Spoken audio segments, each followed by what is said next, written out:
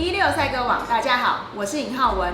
今天是饲养与管理育种的专题分享，我们带您来到云林县土库镇的强速鸽舍拜访郑明吉。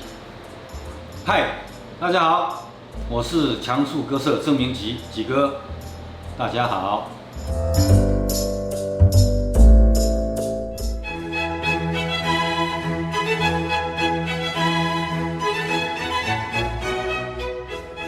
我们先请问吉哥，您是从哪一年开始养鸽子的？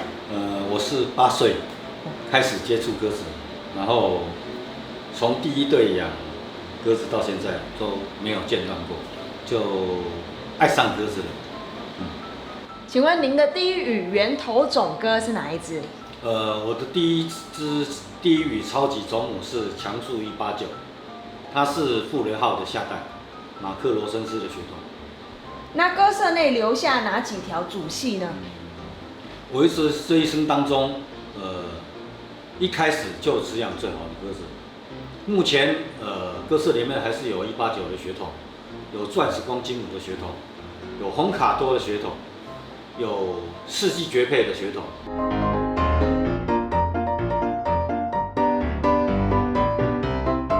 有里欧赫雷曼的血统。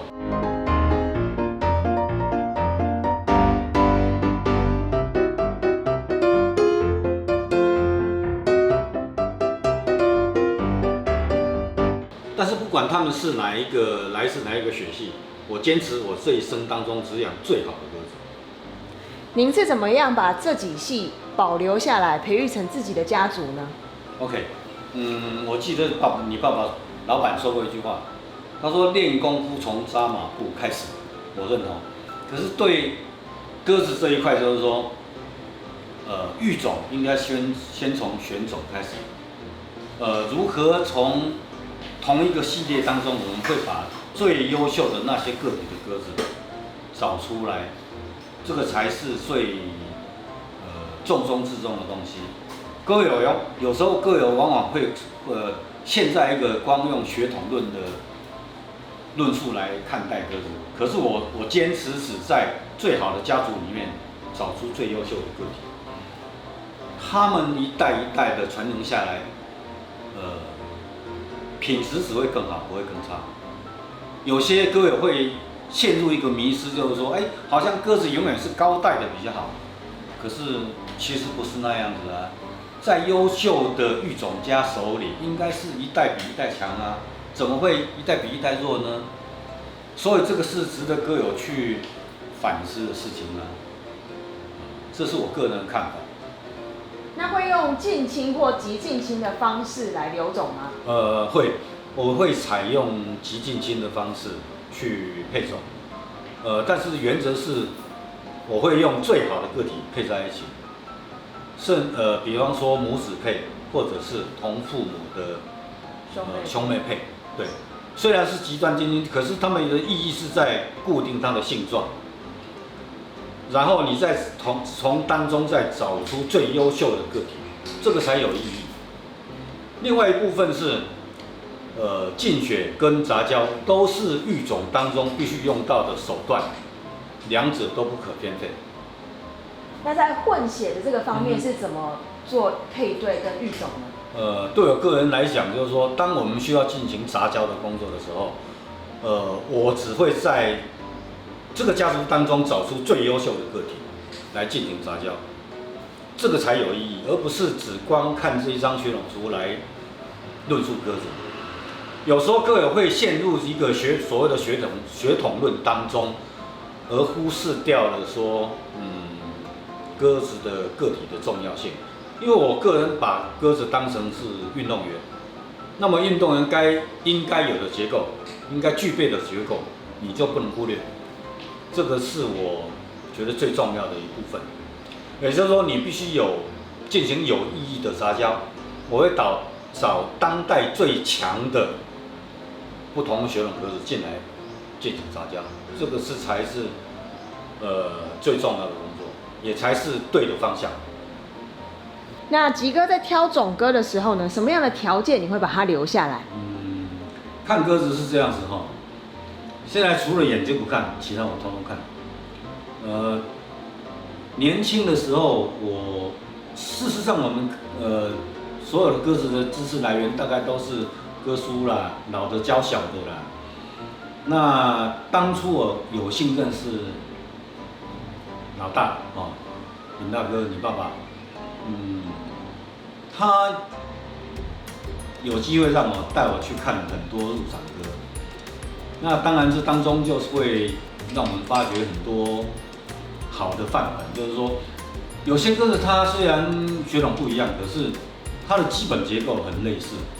所以对我个人而言，我会把除了血统参考以外，我还是会把骨架啦、体型啦、结构啦，包括羽质啦、肌肉啦、翅膀，尤其翅膀我很注重翅膀的那种膀型跟翅膀的所谓的它的动态的表现。就是说，我认为鸽子这个东西它是运动员。它不会只有一个地方好就全部好。我的结论是相不单论，就是说，当我们在判断一只鸽子的好坏的时候，应该讲究整体结构，包括其他刚刚讲的那一部分以外，包括平衡感也要很好，还有一个最重要的是心肺功能要非常好。我发觉非常优秀的运动选手，他们的心跳都会相对的缓慢而且稳定，所以我们在挑选的时候就是要求会比较多了虽然这么做，我们会当然必须可能会淘汰较多的鸽子，可是我们留下来会比较优秀，就是说你可以提高鸽舍的平均水准，所以筛选的时候还是要全面性，而不是只看单一条件。我年轻的时候，为了研究眼睛，我还自己去做那个窥眼箱来对照那个歌书上面的叙述，几号眼字这个鬼上面听耶，可是跟实际比对的时候，有时候并不是那么回事。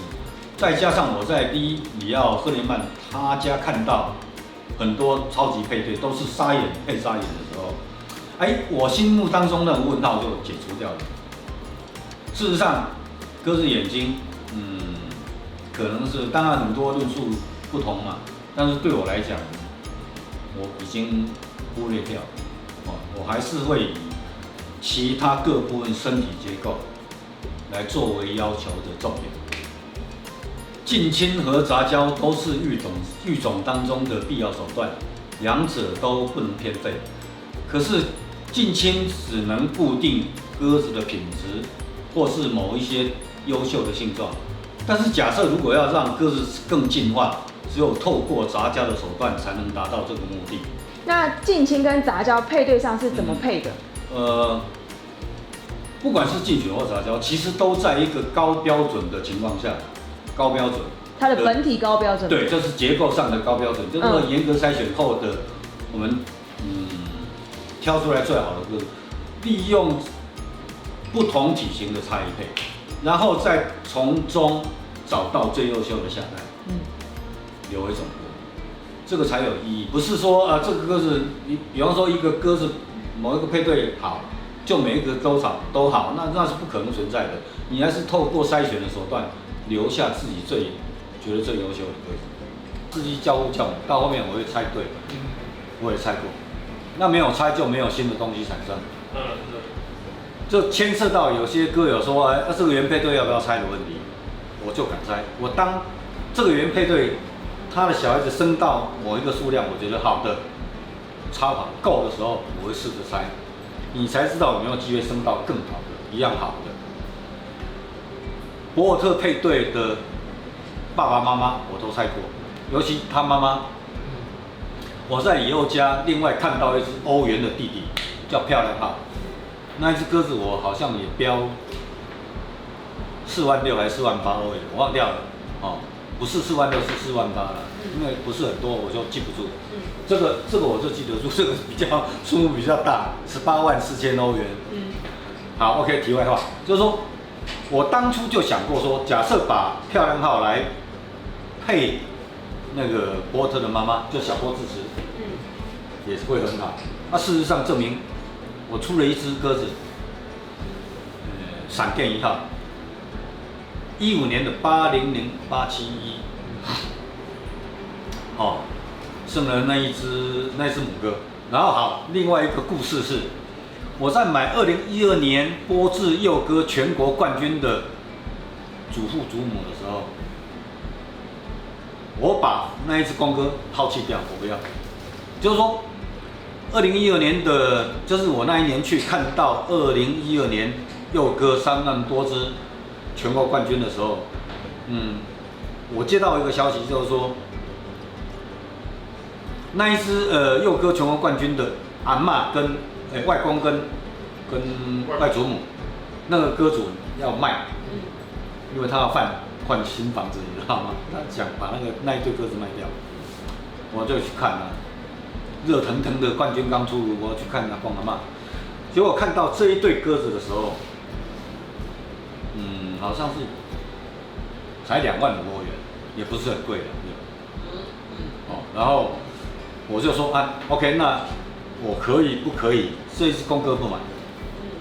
我只买这个母鸽，就是那个鲁洛小子的孙女，就是我里面有一只现在有一只超级波智慈那一只鸽子，鲁洛小子孙女，就是2012年的波智全国冠军的阿嬷。在我的想象里面，那一只鸽子的公鸽那一只的鸽子的水准跟不上我家。一般人一定会把这个原配买回来，因为是原配对嘛。可是 OK， 我觉得我家里的公鸽胜过它的太多了。那一只公鸽我不要，我只买那一只母鸽，18000欧元。结果回来一样啊，079，对，079。我刚刚有拍到。yes， 我那一只还在，还养。我回来，我的想象就是很简单，我要把它配4季交互。鲁洛小子这一只母鸽，我把它配上4季交互，我出4只都公鸽。这4只鸽子出了。所以当初这个配对，每一只都发挥。亲自去比利时看的。对。最终只挑了 OK。我北京这一只几年的那个我忘掉了，来那个。无限强速啊。不，冠军故事。冠军故事是。对，他的小孩吗？对，16年的那一只鸽子，他的爸爸就是4季交互去配上鲁洛小子那一只母鸽生下来的公，再去配上博尔特的妈妈配漂亮号的女儿，就是闪电1号。15年这一只800871，这2只鸽子第一波生的就第一只冠军就是他。所以说有时候如果你不敢尝试新的配对的话，你可能没有新的发现。OK， 那新的超级鸽又产生了。如果不敢猜的话，就没有那一只冠军存在。如果我看到别人家手里有超级鸽，我会不计代价买回来。我的观念很简单，我用金钱换取时间。人的一生很有限，没有那个3年、5年、10年给你试。有时候如果当初我在买鸽子的时候，朋友都会说你花那么多钱买一对鸽子值得吗？事实证明值得啊，因为他为我们创造的那个都超乎想象的多，所以有时候是观念问题。我的看法是，我宁可花比较多的钱，不计代价的买已知的东西。喜欢我们的影片，请按赞、订阅、分享、开启小铃铛。锵锵，下次见。